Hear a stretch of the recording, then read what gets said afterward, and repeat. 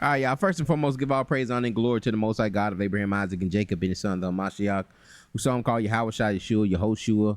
We mostly know as Jesus Christ. You had a, got a comment of sister wanted a lesson on, asked about a lesson on just pretty much from what I got from the question is just enduring in this walk or coming in this walk, some of the things that should be that can help out. Can I do a class on just maintaining in this thing? That's kind of what I gleaned from it, And when I first heard it, I'm like, oh, well, let me do a lesson on and I really hadn't put together a lesson. Just gonna let the Spirit lead us with this thing. But when I first read it, I was like, well, talk about the virgins, the 10 virgins and the 5 foolish virgins, and understanding that whole thing about not wasting your oil and not giving your oil to somebody else, especially when you're coming into this thing, you're trying to be inside of an organization. Leave the expectations at the door. Like, don't have so high expectations of people. All right, YouTube, and I'm gonna tell y'all this: YouTube is not real. A lot of the people you seeing out there on the streets a lot of y'all like, oh man, they out there cussing the people out, and man, they just so hateful and da da da da da. They some of the most loving brothers. They some of the most meek-spirited brothers. It's an act. It's a script. It's just like the preacher when he get up there and the Lord said, and when it came over the hill, and he went down the mountain, it's an act. They not talking like that. Look, I done woke the dogs up. They ain't talking like that all the time. You know what I'm saying? But when the camera's on, they out there at camp. That's some of the speech that is had. And even when they're, let me get that camera together. Even when they're acting and saying the profane language, man, a lot of the brothers is very meek spirited, and then it's the opposite. Some of the brothers that you feel are very meek spirited. Some of the people that you feel they operating in the spirit, so forth. You can get around them, and they can be dragons, and they can be wolves. They can be them ravenous wolves taking advantage of the flock. So you have to prove a friend. What is that? Is that Sirach 6? Sirach 6 and 8? Pull that in so long.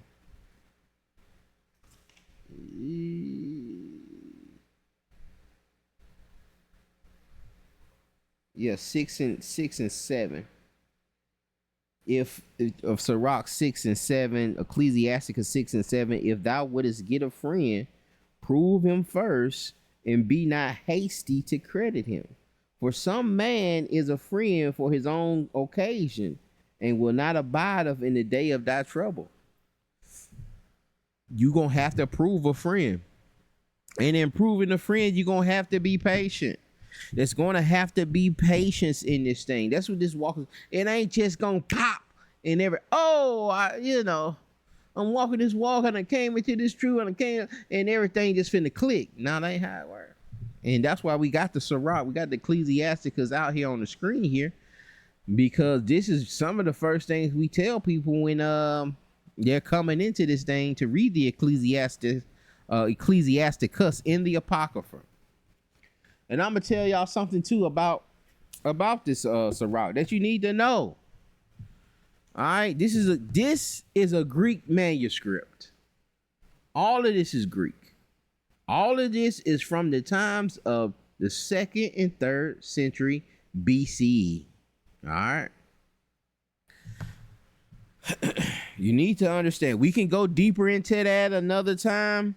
I want to read a little bit of the prologue for y'all. If you have, this book, read the prologue of Ecclesiasticus. All right. And I'm going to read like this bottom portion here. So I'm going to start here at this bottom little portion here. Because this is what we all usually highlight. as a, Israelite, one West Israelism. This is what we will highlight. For the same things uttered in Hebrew and translated to another tongue have not the same force in them.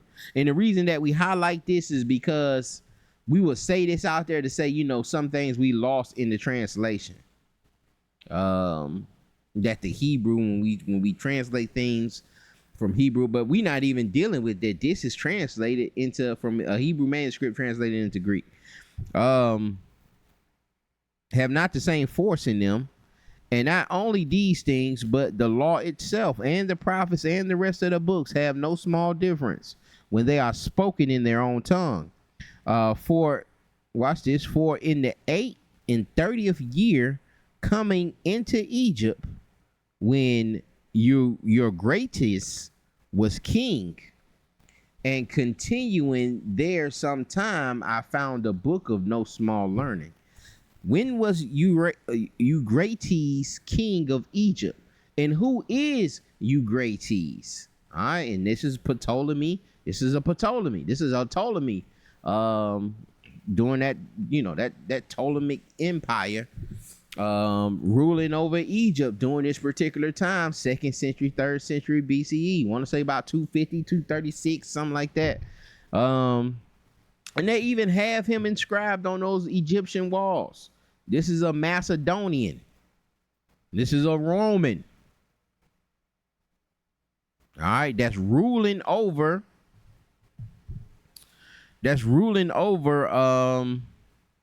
Egypt.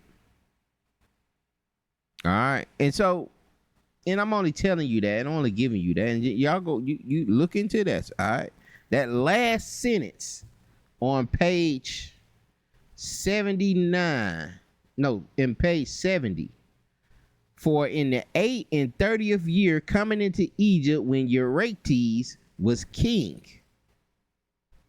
and continuing there sometime, I found a book of no small learning. He found this book.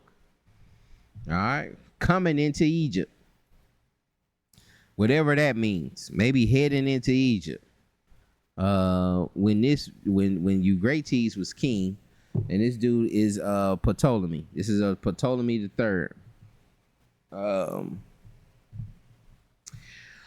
When he was king of Egypt. All right, so you had these certain dialogues about, man, can't you thinking that Egypt is all black during the time of you got to know the political climate.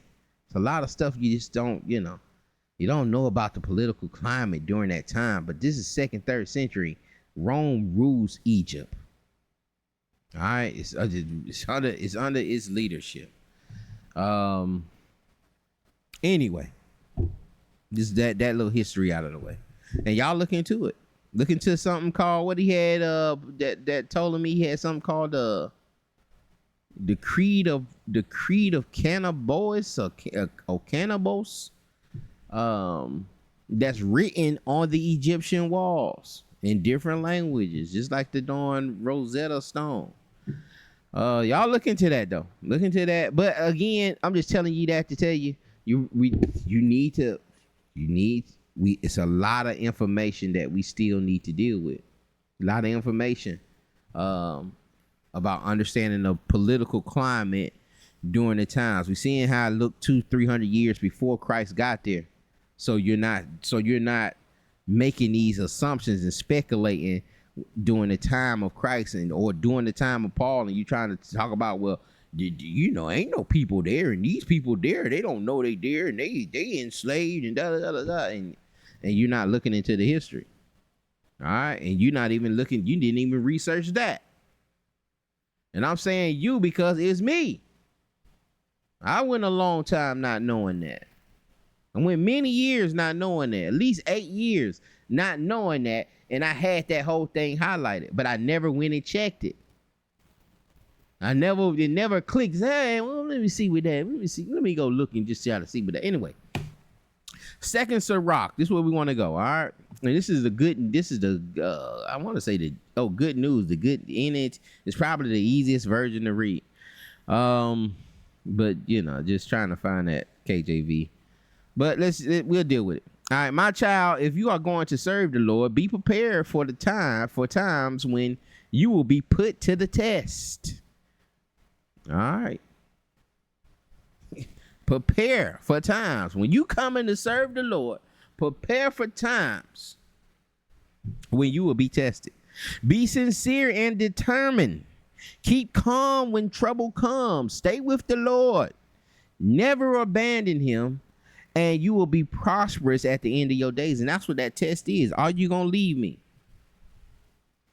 Are you going to leave me? I done seen certain movies where jokers or certain situations where jokers who had some money, they would dress up like they didn't have no money. They'll try to act like they didn't have no bread or try to act like they done lost it all just to see if their woman would leave.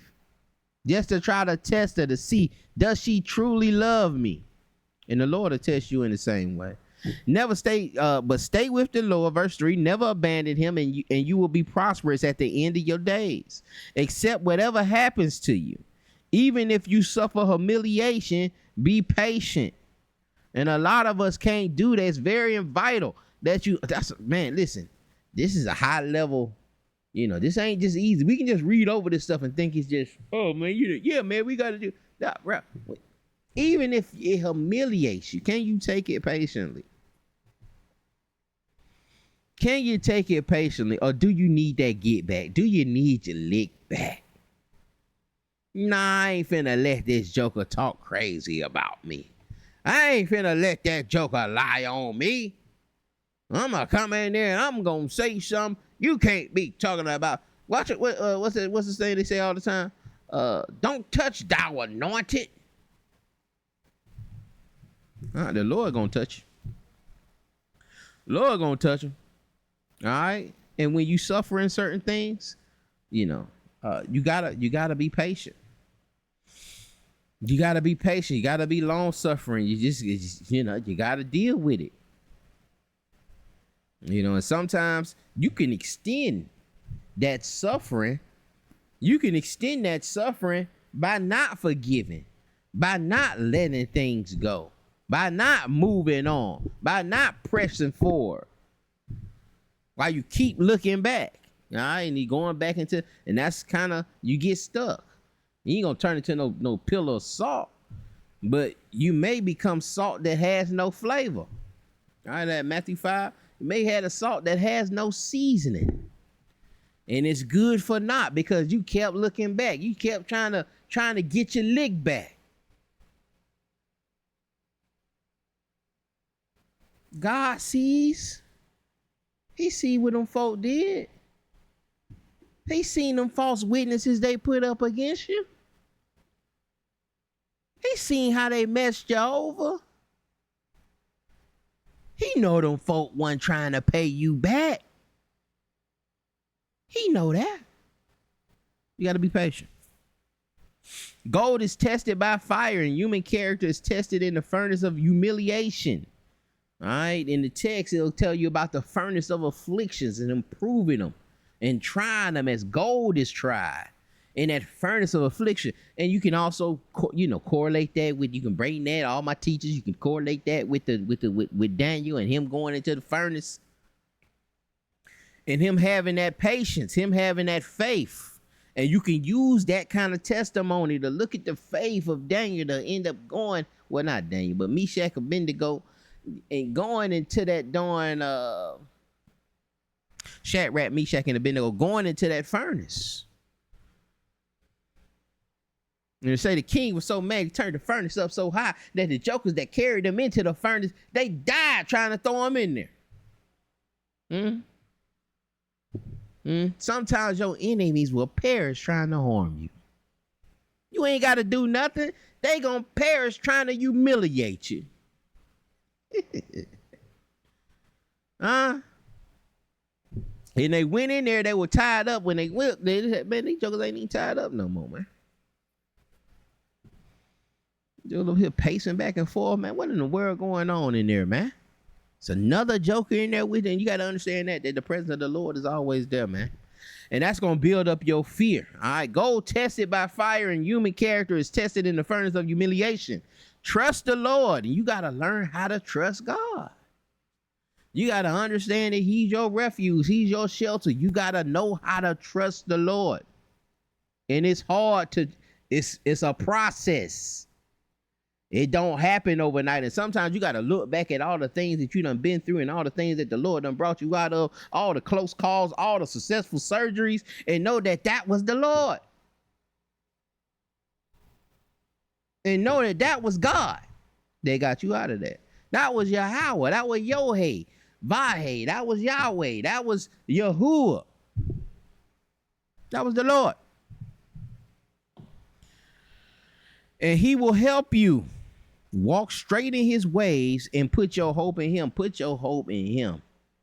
Don't put it in your job. Don't put it in your kids. Don't put it in your hut. Put your hope in the Lord.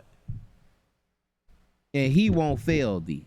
When you put those expectations that you should put on the Lord, and you put them on your husband, you put them on your job, you end up, and then if they fail you, you end up like you don't even want to deal with them no more. You'll let that destroy you.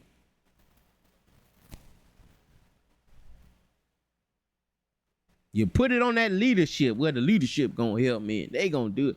And then the leadership ain't got the money. You call them, they ain't got the money, and now you hurt. Now you church hurt. Now you camp hurt. Now you leaving the camp, man. You know, I'm the porter. I put all this money in. I was paying tithes. Or, man, you know what, man? All the money I've been donating, all the alms I've been giving, and that one time I needed, I couldn't get it. Put your trust in the Lord. Put your trust in the Lord. Even if they did give it to you, it came from the Lord. They didn't give it to you. And wherever you got it from, it came from the Lord. It didn't come from those people. Trusting them, it's a process. You ever got in a car with somebody and Joker, you know, this your first time getting in the car with them, and you gotta, they driving so fast, you put your hand on that little bar up. You put your hand on that little bar above the door, and you grab that little handle right there, and you know you ain't trying to say nothing to them because you ain't trying to upset them. You know you can't tell nobody how to drive. You needed to ride. You can't get in nobody, ask somebody for a ride, and this joker flying. You like, hey, you know, can you slow down a little bit? You know, but eventually, you know, you'll get so untrusting in the individual and his driving skills that your flesh has got to say something like it's something roused up, and you're like, you know, can you slow down a little bit, man? You going? Oh no, you're going pretty fast, ain't you? Well, you got a heavy foot, don't you? And you just sit back there just trying to go for the, you know what I'm saying? But eventually, after a while, you'll get used to it. You'll get used to your wife driving like that. You'll get used to your husband driving that way. You'll get used to your kids. You ain't take a ride with your kids. I ain't never getting back in your car, boy. You done lost your mind the way you out here driving. But if you continue to do that, you'll get, you know, a lot of those close calls. You survive those things that you thought, hey, whew, boy, you almost ran that like, whoo, you're a little too close to that car, and you survive those things. You may get comfortable with the way that individual drives, and sometimes that's how the Lord does. That process is with the Lord is sometimes like that. You know, you're gonna have some close calls. You're gonna have some close calls, but he always come through. He eventually come through. You know what that church folks say? He on time God. He come through. And in that, you got to build that trust, you know, so you ain't worrying yourself to death, stressing yourself out. Trust the process. Trust the process. And then eventually, it's going to get to a point in the process, you're going to see the light. You're going to say, oh, okay. And then you're going to look back and realize, oh, that's why I had to go through that. That's what it was for. That's why I had to go through those things. Where we at, y'all? Walk straight in his ways, put your hope in him. All you that fear the Lord, wait for him to show you his mercy. Do not turn away from him, or you will fail. And wait on the Lord to show you mercy. And that fear of the Lord, that's essential. That's foundational. That fear of the Lord, I think it's Proverbs 8:13. You know, the fear of the Lord is to hate evil. I don't want to murder that text. Let me find it real quick. Proverbs 8:13. To the fear of the Lord is to hate evil, pride, arrogance, and every evil way. Pride, hating pride, not just not being prideful, but also seeing pride in men. Like, man, you gotta check that, brother. Sid, where you getting all that pride from, Sid? And we can get into all the dressing modest and letting your beauty be eternal rather than in worldly apparel or in garments and so forth, and makeup and etc. And because it can bring pride, and especially sisters, man, they like to click up, and that's why I'm saying, before you come into this thing, build yourself up, give yourself a few years, get a foundation, get a foundational belief, find some things that learn some things that you are sure of, that you can't be swayed off of. You done did too much study. You done been diligent to show yourself approved. Like, have some things, some foundational things that no one could sway you in before you go into getting under somebody. I'm gonna learn this from them and they gonna be my teacher, etc. And always check, and always have the ability that you can check what these individuals are telling you, whoever you choose to be your head, or even your husband, and so you can show him. You may have to show him. It goes into that, dealing with a husband that's not in the faith, and you continuing in the walk, so that your ways, so that he can see your light, and that can be the convincing thing. Sometimes it ain't, and a lot of people try to do that. That's another thing that people have, or problems that people have, trying to come into this thing, and they want to change everybody. And it becomes disheartening. You want to talk to your sister, your brother, your literal sister, brother. You want to talk to your mama and tell your daddy they need to come up out of the church and they need to do this and da da da da. And they looking at, I raised you. You don't know that. We don't know what you talking about. Because it's more so has to be in your walk, And I had that, trying to beat everything up, everything, my parents were saying, and then eventually, after a while, once they see that you are who you're claiming you are, and once they see Christ in you, then they'll come ask, well, what is this thing you follow? Aren't you a Muslim or something? Or what you got going on? And then they ask you, well, I had my dad come up, man, pastor was talking about, pastor so-and-so, he was talking about, man, da da da da, and I just wasn't in agreement. What you think? And then, you can break some stuff down. But it ain't a time for you to give them that whole thing. Just, be patient with them. Don't try to shoot them and get them everything at one point that they can't go back and check it. And that's how you build up that trust with them. So you'll give somebody so much information that you done learn this information. You so happy about it, you ain't double checked it. And then you try to throw all of this information on somebody. And once they find one or two things that are wrong, within the 40, 50 verses that you gave them, they find a couple of things wrong in that first encounter, then they're not gonna deal with it really no more like that. So you gotta throw out little nipples, man. I think it's nipples, but little bites. I know it's a verse about that in Proverbs, moving the horse with the small bites. Give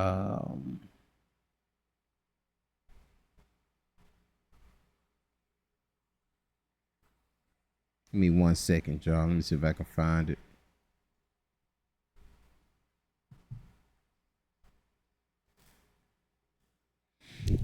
Something like that. Psalms 32 and verse 9. It says, do not be like a senseless horse or mule that needs a bite and a bridle to keep it under control. So it's something like that. It didn't hit like I thought it was gonna hit, but where we at, y'all? But even with that, even if we're reading that, you know, don't be so simple that somebody can just give you, just a little information, just a little something to please your taste buds, to please your flesh a little bit, just to say, oh man, we the greatest people on earth, we God's chosen people, and that's just, oh, you the chosen one. That's just enough to get you where you can get in, and then they can feed you a whole bunch of nonsense. All right, they just gave you that little bit of truth, man. Gave that little bit of truth to make you feel good and puff you up, and then they can just control you. Where we at?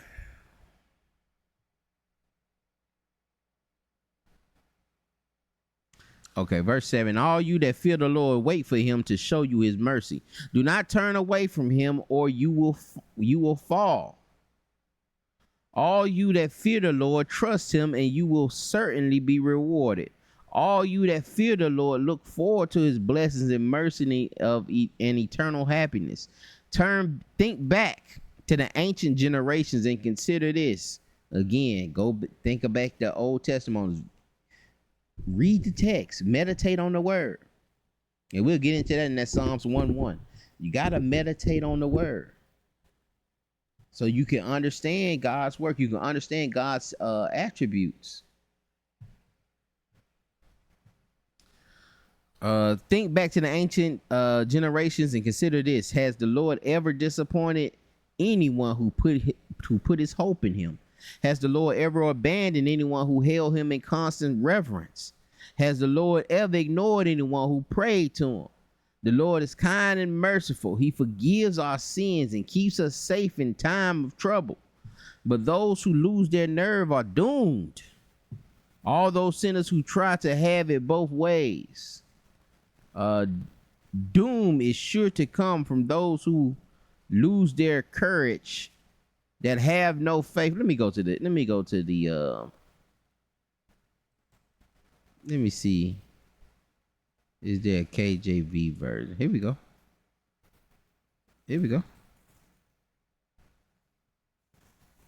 Where we was at?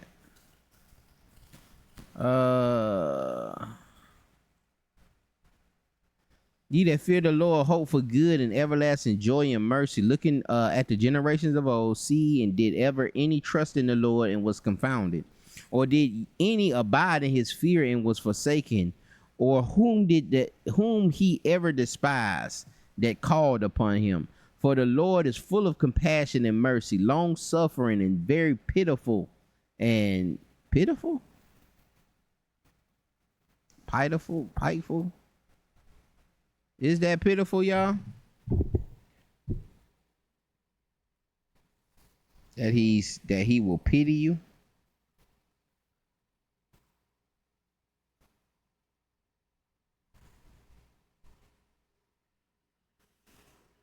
Okay.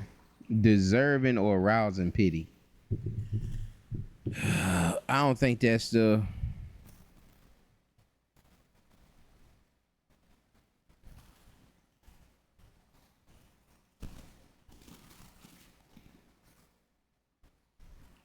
exciting pity, contempt as a means of inadequacy. I think this is more of he's able to show pity.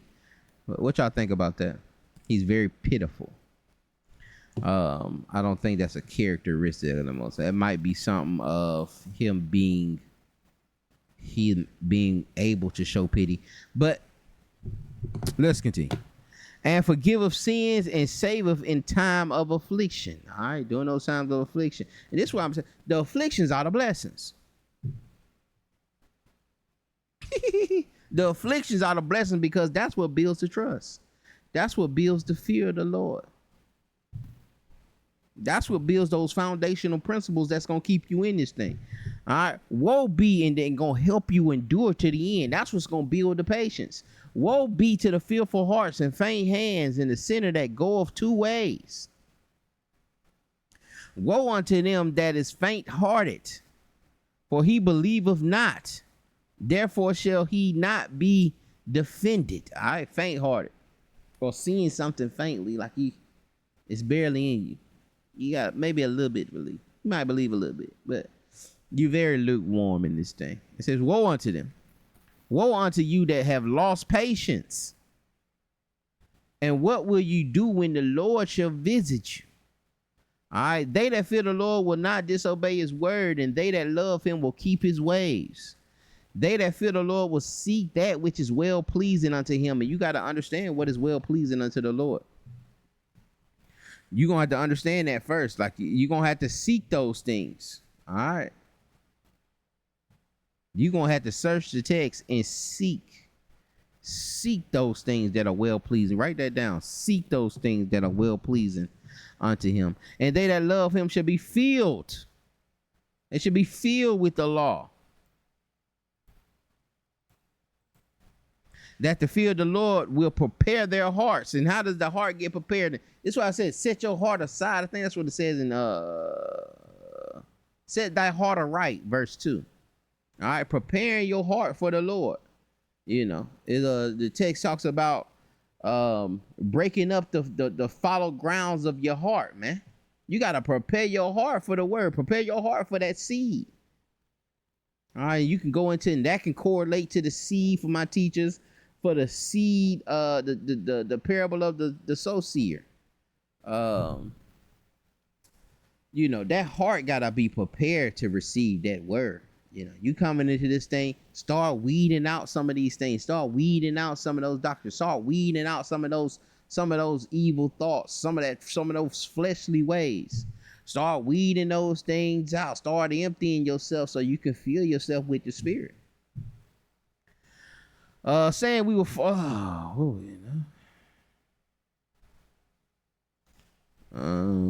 they that fear the Lord will not disobey his word. They that love him will keep his ways. They that fear the Lord will seek that which is well pleasing unto him. And they that love him shall be filled with the law.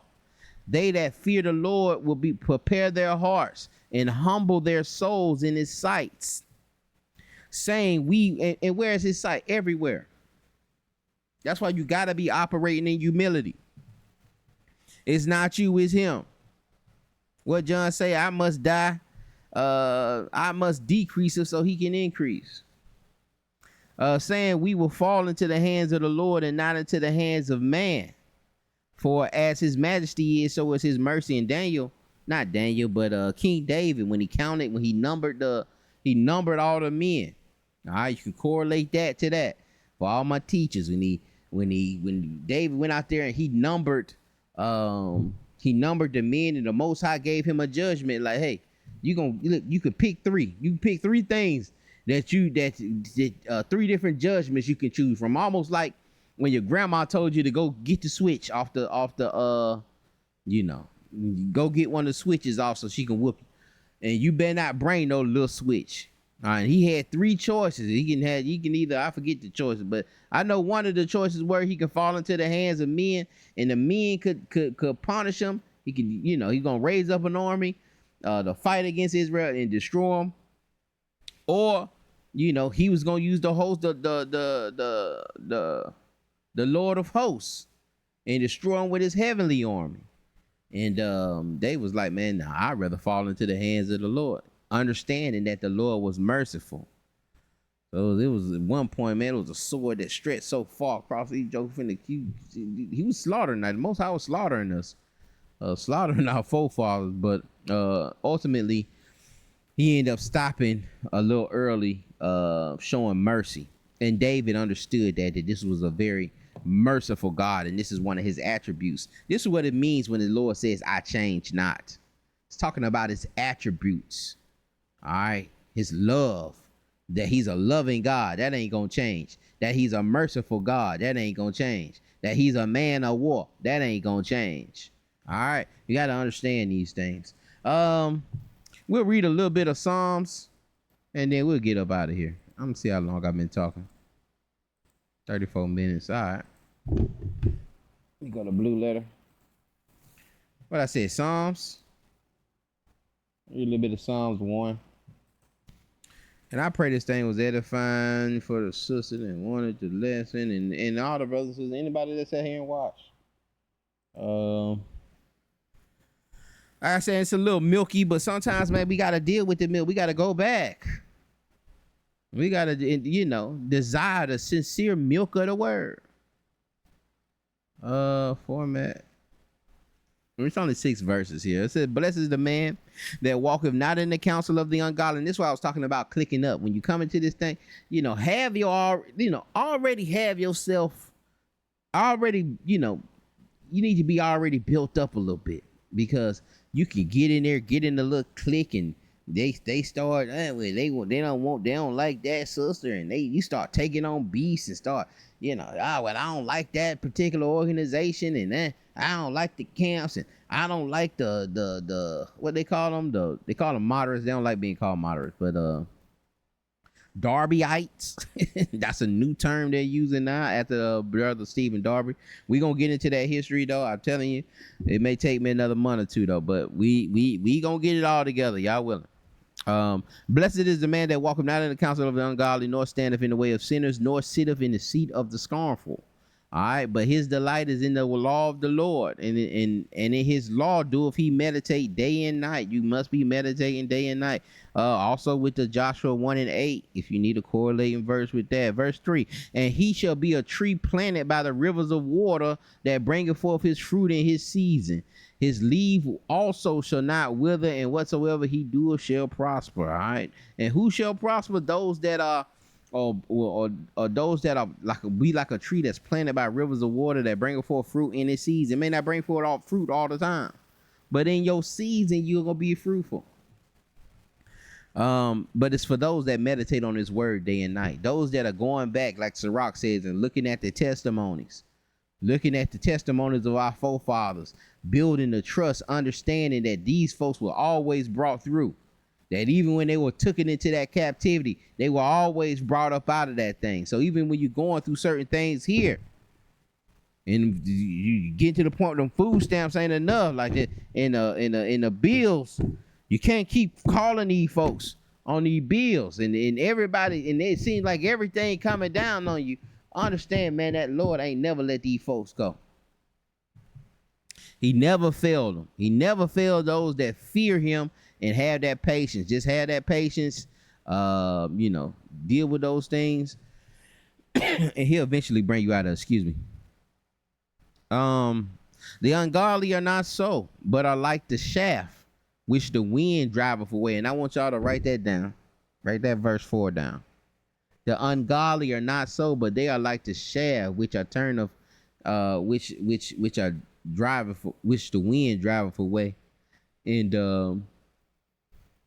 about those brothers tossed to and fro with every wind of doctrine. Let me find that for y'all.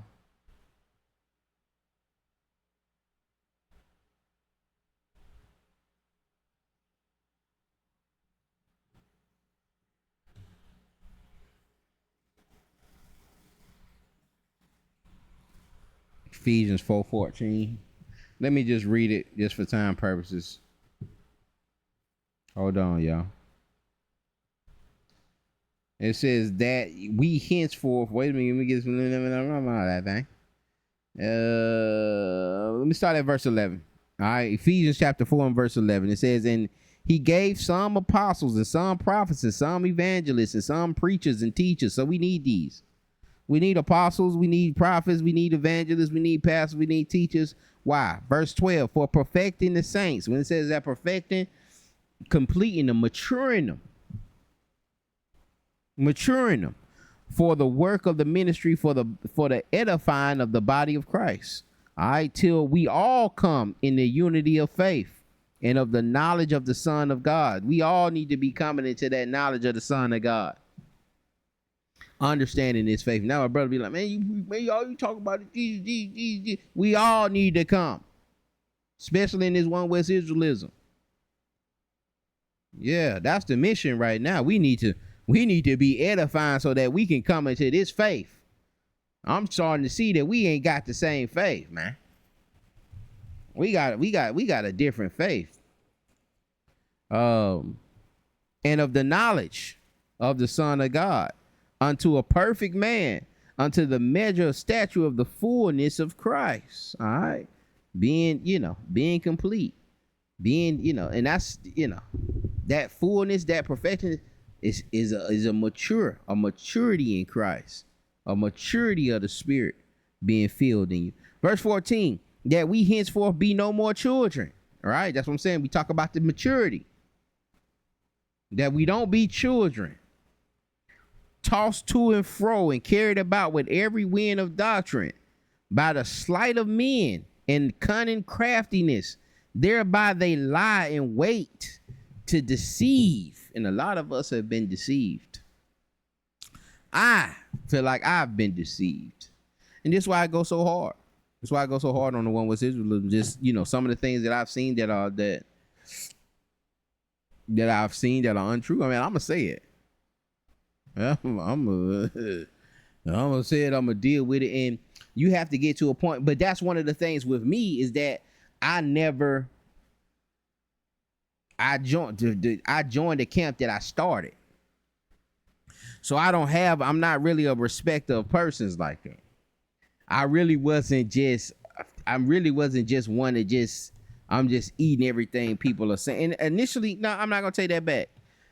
I was just eating what people were saying because I was just watching the videos and writing the verses down and writing down the script. I wasn't testing them. I was never questioning it. Right? Never questioning it. And you'll see all of these classes that brothers have. Look at how many questions are being asked. How many questions? How many times? And really, the only time things are being questioned when brothers is doing these videos back and forth. That's why it has to happen. If you question them in the class, it wouldn't need no back and forth on the internet. But brothers just sit in class and yeah, no, I get it. And write the verses down. They may go meditate on it, but they not checking it. They're not being thorough like the Bereans. But the reason I read that about the being tossed to and fro with every wind of doctrine, we have to have a certain maturity in order for that not to happen. You have to have a certain maturity in Christ. And a lot of us, when we come into this thing, we are babes and we just take whatever somebody give us. Whatever they telling us, we just eating it up. We ain't because we not mature. I have no idea what I'm reading. So a lot of us eat that up, even to the extent of just this joker told you, and that's what I'm saying. Some of this leadership. That man told you to swear that he is to swear to him that he is King David, the king of Israel, and y'all jokers did that.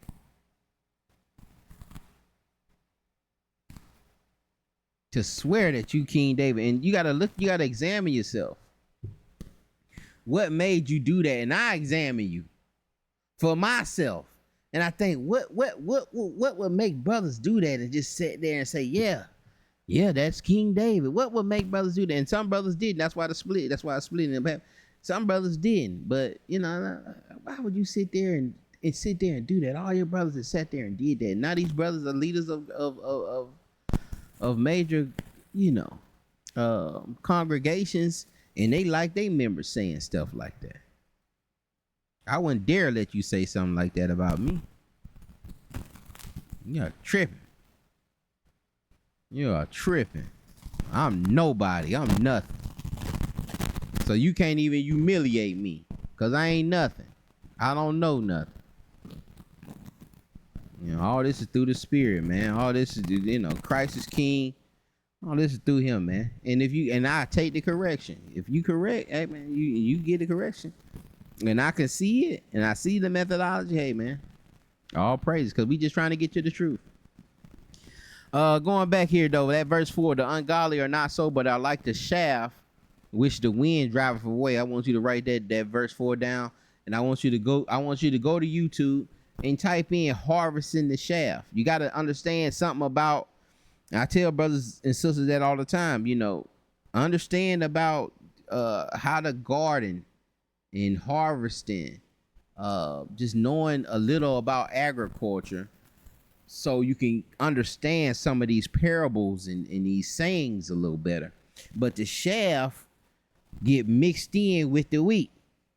He told them about the, Satan going in, sowing that seed, sowing them tares among the wheat. And told them don't separate them, let them come together, and then he'll come up and he'll separate them. We'll get into that another time. But the shapes, if you see that, they mix together and they'll have them in a pile. They'll take a shovel and they'll throw it in the air. And when they throw it in the air, the wind is gonna take the shape and blow it off to the side, and the wheat gonna fall straight down. And they just keep doing that, and that's how they separate the shaft. So when he's going into this, the ungodly are not so. The ungodly are like the shaft which the wind driveth away. And a lot of times these doctrines drive these folks away and have them into nature boyism, have them into atheism, have them into Gnosticism, have them, Mormonism, have them all over the place. And a lot of times they hiding that they that these things have done this to them. All right, these things have done this to them. But this is what I'm saying.